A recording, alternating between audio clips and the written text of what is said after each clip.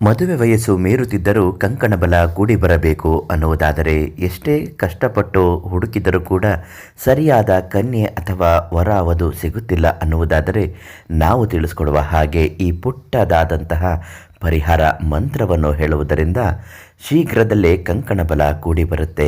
ಆ ಮಂತ್ರ ಯಾವುದು, ಹೇಗೆ ಮತ್ತು ಯಾವ ದಿನದಿಂದ ಪಠನೆ ಮಾಡಬೇಕು ಮತ್ತು ಯಾವ ನಿಯಮವನ್ನು ಪಾಲಿಸಬೇಕು, ಪ್ರತಿಯೊಂದು ಮಾಹಿತಿ ಇವತ್ತಿನ ವಿಡಿಯೋದಲ್ಲಿ ನಿಮಗೆ ತಿಳಿಸ್ಕೊಡ್ತೀವಿ. ಅದಕ್ಕಿಂತ ಮೊದಲು ನೀವಿನ್ನೂ ನಮ್ಮ ಚಾನಲನ್ನು ಸಬ್ಸ್ಕ್ರೈಬ್ ಮಾಡಿಲ್ಲ ಅಂದರೆ ಮೊದಲು ಈ ಕೂಡಲೇ ಸಬ್ಸ್ಕ್ರೈಬ್ ಮಾಡಿ. ಹಾಗೂ ನಿಮ್ಮ ಜೀವನದ ಯಾವುದೇ ಘೋರ ಗುಪ್ತ ನಿಗೂಢ ಕಠಿಣ ಸಮಸ್ಯೆಗಳು ಏನೇ ಇದ್ದರೂ ಶಾಶ್ವತವಾದ ಪರಿಹಾರ ಮಾಡುವುದಕ್ಕಾಗಿ ಪ್ರಧಾನ ತಾಂತ್ರಿಕರು, ದೈವಜ್ಞರು, ಗುರುಗಳು ಆದಂತಹ ಪಂಡಿತ್ ಶೇಷಗಿರಿ ಭಟ್ ಗುರೂಜಿಗಳಿಗೆ ಒಂದು ಕರೆ ಮಾಡಿ ಸಕಲ ತೊಂದರೆಗಳಿಗೂ ಸಮಸ್ಯೆಗಳಿಗೂ ಶೀಘ್ರ ಪರಿಹಾರವನ್ನು ಇವರು ನೀಡ್ತಾರೆ. ಮಾನವನ ಜೀವನದಲ್ಲಿ ವೈವಾಹಿಕ ಸಮಸ್ಯೆಗಳು ಬಂದೇ ಬರುತ್ತೆ. ಕೆಲವು ಸಂದರ್ಭದಲ್ಲಿ ವೈವಾಹಿಕ ಜೀವನಗಳು ಚೆನ್ನಾಗಿಲ್ಲ ಅಂದರೂ ಕೂಡ ಜೀವನ ವ್ಯರ್ಥವಾಗುತ್ತೆ. ಮನುಷ್ಯನ ಜೀವನದ ಮದುವೆ ಎನ್ನುವುದು ಒಂದೇ ಬಾರಿ ಬಂದು ಹೋಗುವಂತಹ ಒಂದು ಸರಳ ಮತ್ತು ದೊಡ್ಡದಾದ ಸಂಪ್ರದಾಯ ಆಗಿರುತ್ತೆ. ವೈವಾಹಿಕ ಜೀವನಕ್ಕೆ ಕಾಲಿಡಲು ಕೆಲವು ಪ್ರಯತ್ನಗಳನ್ನು ಮಾಡುತ್ತಿದ್ದರೂ ಕೂಡ ಆಗದಿದ್ದರೆ ಈ ಸರಳ ತಂತ್ರ ನಿಮಗಾಗಿ. ಗುರುವಾರ ಹಿಂದೂ ಧರ್ಮದಲ್ಲಿ ಬಹಳ ವಿಶೇಷವಾದ ದಿನವಾಗಿದೆ. ಏಕೆಂದರೆ ಈ ದಿನದಂದು ಶ್ರೀ ವಿಷ್ಣುವನ್ನು, ರಾಯರನ್ನು, ಸಹಾಯಿ ಬಾಬರನ್ನು ಪೂಜಿಸಲಾಗುತ್ತದೆ. ಬಯಸಿದ ಜೀವನ ಸಂಗಾತಿಯನ್ನು ಪಡೆಯಲು ಗುರುವಾರ ಉಪವಾಸವನ್ನು ಮಾಡುವುದು ಆಚರಿಸಲಾಗುವುದು.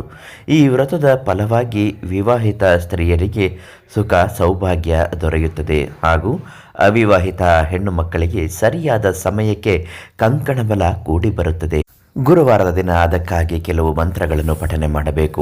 ಅಥವಾ ಶುಕ್ರವಾರದಂದು ಈ ಮಂತ್ರವನ್ನು ಭಕ್ತಿ ಶ್ರದ್ಧೆಯಿಂದ ಪಠಿಸುವುದರಿಂದ ವೈವಾಹಿಕ ಜೀವನಕ್ಕೆ ಶೀಘ್ರದಲ್ಲೇ ಬರುವ ಸಾಧ್ಯತೆ ಇರುತ್ತೆ. ಅದರಲ್ಲಿ ಮೊದಲನೆಯ ಮಂತ್ರ ಓಂ ದೇವೇಂದ್ರಾಣಿ ನಮಸ್ತುಭ್ಯಂ ದೇವೇಂದ್ರ ಪ್ರಿಯ ಭಾಮಿನಿ ವಿವಾಹಂ ಭಾಗ್ಯಮರೋಗ್ಯಂ ಶೀಘ್ರ ಲಾಭಂ ಚ ದೇಹಿ ಮೇ.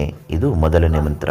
ಈ ಎರಡನೇ ಮಂತ್ರವನ್ನು ಅರ್ಧನಾರೀಶ್ವರ ಫೋಟೋದ ಮುಂದೆಯೇ ಹೇಳಬೇಕು. ಮಂತ್ರ ಹೀಗಿದೆ: ಹೇ ಗೌರಿ ಶಂಕರಾರ್ಧಾಂಗಿ ಯಥಾ ತ್ವಂ ಶಂಕರ ಪ್ರಿಯ ತಥಾ ಮಂ ಕುರು ಕಲ್ಯಾಣಿ ಕಾಂತ ಕಾಂತ ಸುರ್ದಲಭಂ.